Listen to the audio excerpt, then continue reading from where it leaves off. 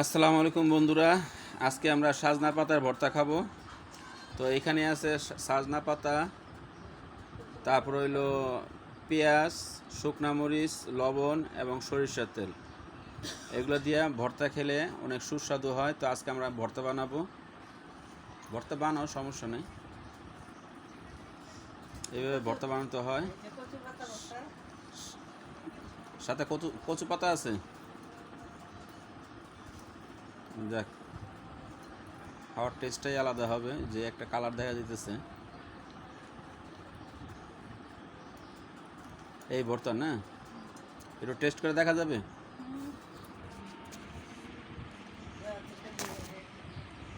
বিসমিল্লাহ।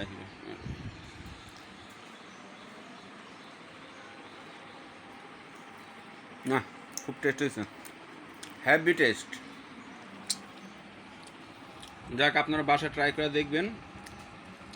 এই সাজনা পাতা অনেক উপকার আছে, তাই আমরাও ট্রাই করলাম। আপনারাও ট্রাই করে দেখেন, আশা করি কমেন্টে জানাবেন। আসসালামু আলাইকুম।